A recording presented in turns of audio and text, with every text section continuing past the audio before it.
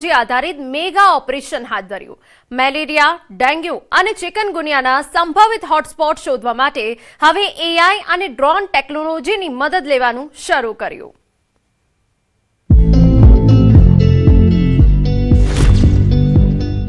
High tech બની રાજકોટ મનપા, હવે drone શોધશે મચ્છર।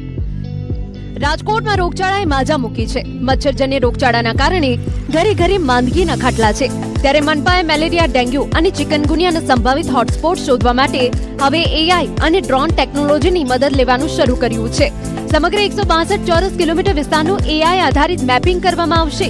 શહેરમાં જ્યાં પાણી ભરાવાની શક્યતા હોય, મચ્છરના પોરા ઉત્પન્ન થઈ શકે અથવા માનવ બળ માટે પહોંચવું મુશ્કેલ હોય તેવા સ્થળોની ઓળખ કરી આરોગ્ય વિભાગનો ફિલ્ડ સ્ટાફ સ્થળ પર પહોંચીને મચ્છરના પોરાનો નાશ કરશે। આ કામગીરીનો સૌથી મહત્વનો ભાગ ડ્રોન ટેકનોલોજી છે। હાઈરાઇઝ બિલ્ડિંગની અગાશી, બંધ બાંધકામ સાઇટ, મોટા જળાશય, ખુલ્લા પ્લોટ અને દુર્ગમ કે ભયજનક સ્થળો પર જ્યાં આરોગ્ય કર્મચારી માટે પહોંચવું મુશ્કેલ હોય ત્યાં ડ્રોન મારફતે લાર્વીસાઇડ દવાનો છંટકાવ કરવામાં આવશે। કુલ 12 ડ્રોન વડે રાજકોટ મહાનગરપાલિકા આવા સ્થળોને આઈડેન્ટિફાઈ કરી અને ત્યાં દવા છંટકાવ કરીને મચ્છરોના લાર્વાને ખાળવાનો પ્રયત્ન કરશે। ચોમાસું હોય છે ત્યારે સ્વાભાવિક છે કે પાણીજન્ય રોગ થોડા ઘણા વધતા હોય છે, પરંતુ રોગચાળો ખૂબ વધ્યો છે એવું નથી। પરંતુ અમારો ટાર્ગેટ છે કે આના માધ્યમથી જે પાણીજન્ય રોગ વરસાદ રાજકોટમાં જે પ્રમાણમાં થોડો આવ્યો છે, પરંતુ મચ્છરોની ઉત્પત્તિ શરૂ થઈ ગઈ છે તો એને ખાડીશું। હવે શહેરમાં વકરેલા રોગચાળાની વાત કરીએ તો મહાનગરપાલિકાના આંકડા પ્રમાણે વર્ષ 2022 થી 2026 દરમિયાન મેલેરિયા, ડેન્ગ્યુ અને ચિકનગુનિયાના નોંધાયેલા કેસોમાં વધઘટ જોવા મળી છે। પરંપરાગત પદ્ધતિ સાથે એઆઈ અને ડ્રોન ટેકનોલોજીનો સમન્વય કરીને મચ્છરના પોરાના સંભવિત ઉત્પત્તિ કેન્દ્રોની વહેલી તકે ઓળખ અને સમયસર નિયંત્રણ કરવામાં આવશે।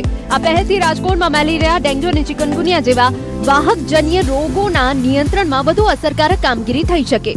સ્ટેગ્નન્ટ વોટર આપણને ખૂબ જોવા મળે છે, કન્સ્ટ્રક્શન સાઇટ વધારે જોવા મળે છે, તો આ વિસ્તારોમાં જે નવા વિકસિત કરેલા વિસ્તારો છે પરંતુ કન્સ્ટ્રક્શન સાઇટ અને અન્ય પરિબળોને કારણે ત્યાં કેસોની સંખ્યા વધારે છે, તો ત્યાં હાલ જે છે પ્રથમ એક વીકમાં ત્યાં ફોકસ જે કરીને સર્વેલન્સ સાથે સાથે દવા છંટકાવની કામગીરી હાથમાં ધરીશું। આશા રાખીએ કે 70 થી 75% કેસનો ઘટાડો પણ જોવા મળશે। અત્યાર સુધી જ્યાં મચ્છરો છુપાતા હતા તેવા દુર્ગમ વિસ્તારો હવે એઆઈની નજરમાંથી બચી શકશે નહીં।